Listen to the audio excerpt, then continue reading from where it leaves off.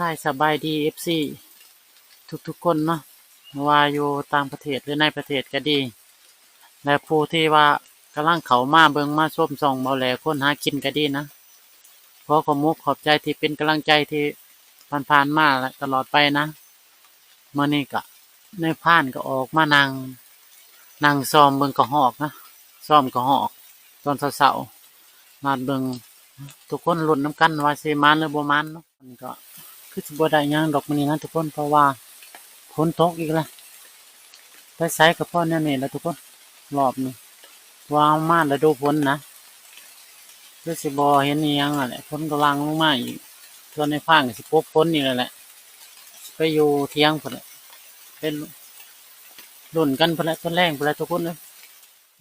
มาฮอดเตรียมไปนที่เรียบร้อยนะทีมงานเฮาก็ไปกันเบิดเหลือแต่พ่อใหญ่จอยเล่านั่งเผากองอันนี้นะกองที่เฮาขึ้นนี่ถือว่าเพิ่นเผามากก็ถือว่าแห้งนะทุกคน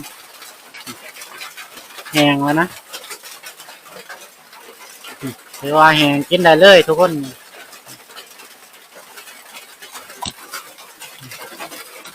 พ่อใหญ่จอยในเพิ่นอยู่นะโอ้ยสมควรขนาดตัว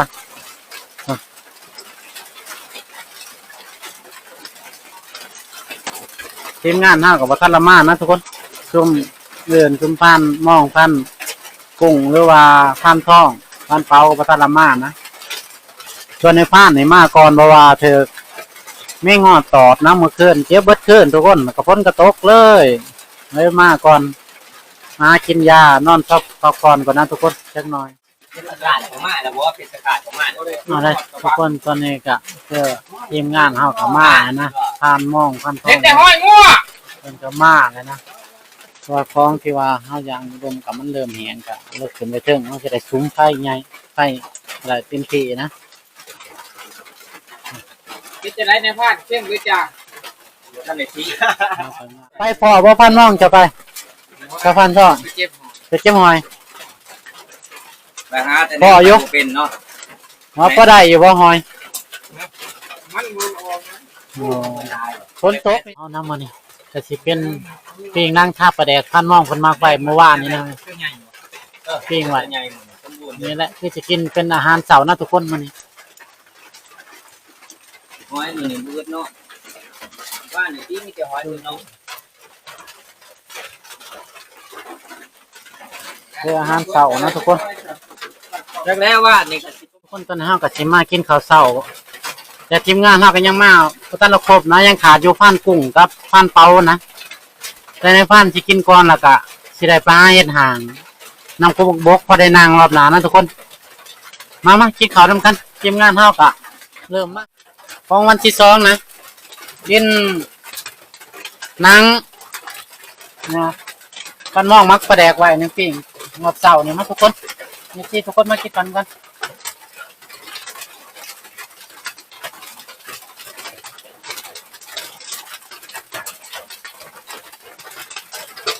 เทิงต้มเทิงหัวกระมองกันย่างนะทุกคน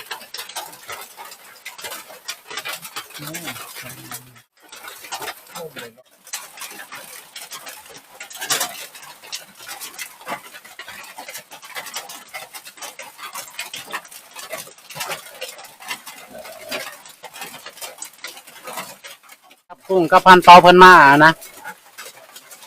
พ่อยังบ่เคยบ่ได้ลายแท้นะสู่ว่าเป้าบ่ได้เว้ยบ่เป้าร้อยโอ้ยเพิ่นได้โอ้ไปฮอดน่ะน้อยป้าเด้ของพันเปาเพิ่นนั่นทุกคนโอ้ยคือว่าหลายสมควรทุกคนในมื้อนี้เพิ่นได้มาฮ้อยที่ว่ากินข้าวกินน้ำเป็นที่เรียบร้อยนะในพันกับพันไม้ก็สิพากันไปเฮ็ดหางอยู่ต้นหนองบกไว้พอรอบหน้านะทุกคนไปหาที่หางไว้ก่อนจัก 2-3 อันจักสิได้จักอันก็บ่ฮู้เนาะเพราะว่าตอนนั้นก็แข่งพ้นไปนะเขาว่าสิท่าพ้นหยุดนี่คือสิบ่หยุดจักเทื่อแหละทุกคนรอบนี้ก็จักสิจังได๋แหละเนาะไปลุ้นกันมื้อแลงว่าสิพาพันไม้ไปหาเลาะใต้ตาอยู่นี่เขาว่าเฮ็ดเอายางมาได้สักพักหนึ่งมาเพาะเฮ็ดปวกนี่ที่เฮ็ดปวกคนนะทุกคน ผักซีมี่ทั้งฝุ่นก็มีอีกเห็ดปวกนักสิไปลายสำได้นะทุกคนก็เก็บกับสิพ่อแกงอยู่ดอกเนาะแต่ว่าคือสิบริเก็บเพราะว่าไปเอาทงยางมานะคือสิเขาไปทางไหนก็ผ่านใหม่มาห่อเป็นทีเรียบร้อยบอนเทวาในผ่านสิตั้งนี่นะเห็ดหางนะทุกคนเนาะแต่ว่าม่อนถือว่ามันเขากินสมควรนะทุกคนผมมันถอยมันเขาไปไหมนะทุกคนคนเขาเมื่อคืน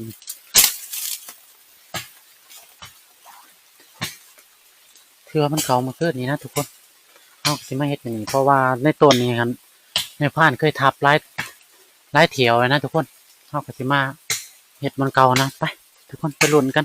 มาช่างเสีย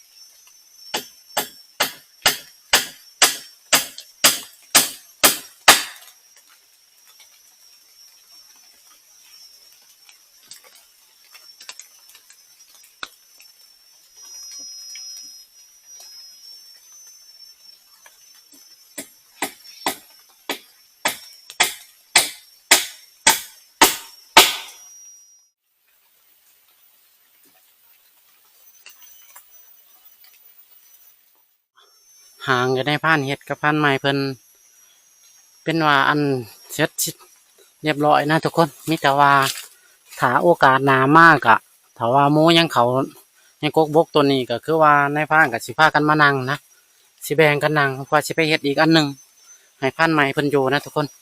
ถ้าพันไม้เพิ่นมากจะให้พันไม้เพิ่นอยู่พุ่นส่วนในพานที่อยู่ตัวนี้นะไปลุ้นน้ำกันทุกคนว่าตัวนั้นมันสิเขาหรือบ่เนาะถ้ามันเขา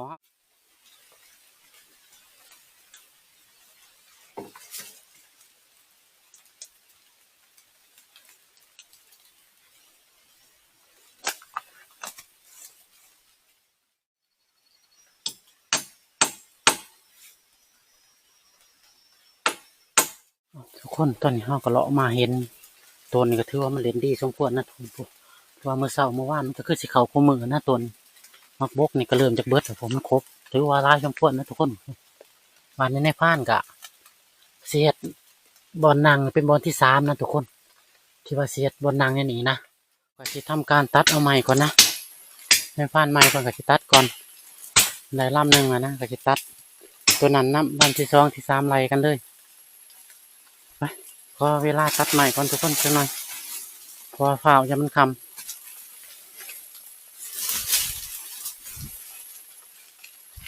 เอาวางงาเลย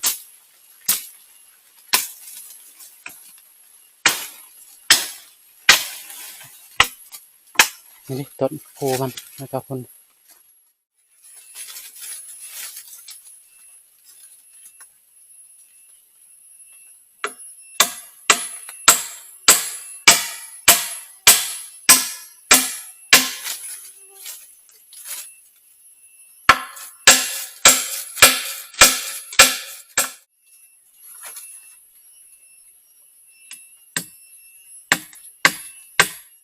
ทุกคนตอนนี้ก็คือว่าเฮ็ดเสร็จเรียบร้อยทุกคนอันที่3นะเสร็จเรียบร้อยนะที่ว่าในการเฮาเฮ็ดทางนะตอนนี้ก็สิเมื่อหาทับมาทีมงานอยู่ที่ยังกินข้าวกินน้ำเนาะก็สิมาหายายกันนั่งนะทุกคนไปเมื่อนำกันทุกคนกินเงินงาม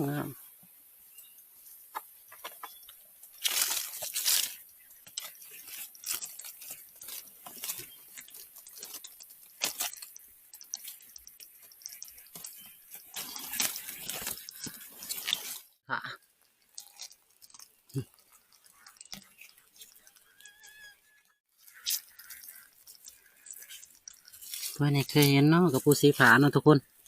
นี่ตัวผู้ตัวเมย์นะทุกคนไม่พลาดกับสิปล่อยมันไปสิว่านะเอามันออกนี่ไปซะเที่ยงกะทิเรียบร้อยนะโอ้ยโมเฮ็ดยังอีกเลย สิต้มข้าวต้มให้กินเฮ้ย ทำข้าวต้ม แม่นต้มข้าวต้มกระดูกหมูปลารับรองว่าจังสีโลด โอเค ตายกินโดดโตวันนี้ตัวมาแต่มึงเหนื่อยเฮ็ดแล้วเรียบร้อยนะฮะ เขากินน้ำแล้วกะสิไปหานั่งห่างที่ว่าเฮ็ดอยู่กับโบกนะคือสิพาผ่านเปากับผ่านใหม่ไปนำนะ3 คนไปลุ้นกันว่าสิพอหางอันที่3ถือว่าพอมีแป้นนะในพางสิแบกแป้นนั่นนี่ไป2 แผ่นพอได้ไปปูนั่งพอได้ปูนั่งปูนอนนะชั่วข้าวถึงหางทุกคนขออันนี้ก็แบกแป้นไปเสริมหางก่อนได้อยู่2 แผ่นนะทุกคนไปลุ้นคนละไปลุ้นน้ำกันเอาขึ้นหางก็สิได้นั่งเผาเลยพุ่นละ8-9 โมงก็สิได้ลงมาแบกแป้นมาแล้วก็เอาแป้นขึ้นเป็นทีเรียบร้อยนะทุกคนมานั่งหางนะว่าในบ้านบ่มีอูนะก็เลยหาแบกแป้นมาเฮ็ดหางเฮ็ดหยังนั่งพอได้แต่ว่าย่ำอยากรับจากนอนนะสิได้รับได้นอนสบายในจังน้อยนะทุกคนบ่ต้องระแวงว่ายันตกกกใหม่หรือตกหางเจ้าของนะทุกคนบ้านเฮาก็สิมาลุ้นกันนะทุกคนว่าสิมีแนวเขามาบ่หรือบ่ในคืนนี้นะในบ้านสินั่งฮอดประมาณ7 หรือ 8 โมงกลางคืนนะจังสิได้ลงไปหาไต่ตาโตนายขนาดในบ้านยิ่งวังยาปืนบ่หลวงโอ้ยเบิดเท่านั้นนายทุกคนพาดมา80 โลฟานกุ้งเฮ็ดในฟานแล้วฟานกุ้งยัดปืนมาให้ในฟานเอามาบ่หลวงแล้วทุกคนโอ้ยเมื่อยยังเมื่อยกว่าเก่าทุกคนเลยโอ้ยโอกาสได้ทับแต่มันมัดบ่ได้หลวงปืนนั่นโอ้ยจะมันในฟานจะคายปืนขนาดบ่มีโอกาสรอบ2เลยทุกคนเอ้ยมื้อนี้เมื่อยแฮงไปลุ้นกันอีกรอบนะทับนี่นะทุกคนใกล้ๆนี่ใกล้ๆนี่ปืนหลวงวังยานี่โอ้ยนายแฮงทุกคนเอ้ยเมิดความนายทุกคนเอ้ยโอกาสให้ได้ยิงมายามใดก็ให้ได้ยิงแต่ในพานเอาบ่ได้นะรอบนี้ก็ถือว่าปืนในพานนั้นพานกุ้งคนเป็นคนยัดนะในพานก็ถือเลาะตั้งแต่เมื่อวานแล้วก็เมื่อคืนนี่ในพานก็ถือเลาะแต่ว่าบ่ได้ยิงเลยมาเฮ็ดหางในมื้อแรกก็ในพานได้ยิงเลยนะยิงแต่ว่าปืนมันบ่หลวงทุกคนถือว่านายแห้งทุกคนนี่ก็สำหรับคลิปนี้ในการเฮ็ดหางกับการมานั่งโพกกะในพานขอจบคลิปเพียงเท่านี้เนาะทุกคนติดตามในพานกดไลค์กดติดตามในพานในเด้อพานหลายคนหากินแล้วก็ติดตามคลิปต่อๆไปนะทุกคนคลิปนี้ขอจบเพียงเท่านี้นะ